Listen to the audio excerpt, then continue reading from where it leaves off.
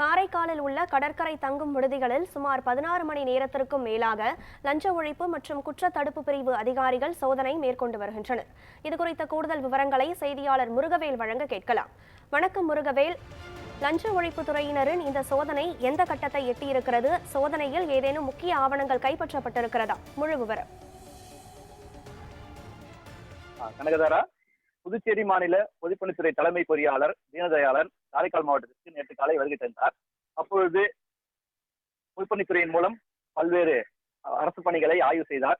பின்னர் கடற்கரை சாலையில் உள்ள பொதுப்பணித்துறைக்கு சொந்தமான தங்கும் விடுதியில் ஓய்வெடுத்தார்.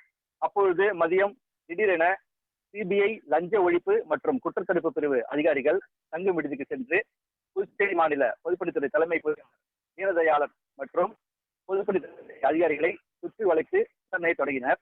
நேற்று மதியம் தொடங்கிய இந்த விசாரணை இன்று காலை 20 மணி நேரத்துக்கு மேலாக நடைபெற்று வருகிறது.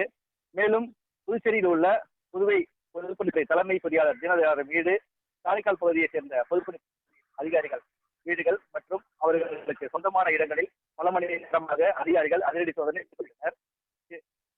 சிபிஐ அதிகாரிகள் சோதனையில் தனியார் கட்டுமான நிறுவனத்திடம் லஞ்சம் கேட்ட புகார் குறித்து விசாரணை செய்து வருவதாக தகவல் வெளியாகியுள்ளன.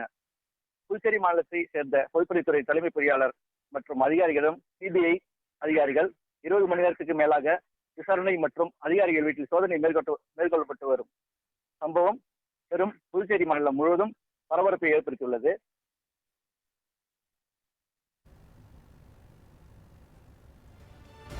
விவரங்களை வழங்கியமைக்கு நன்றி முருகவேல்.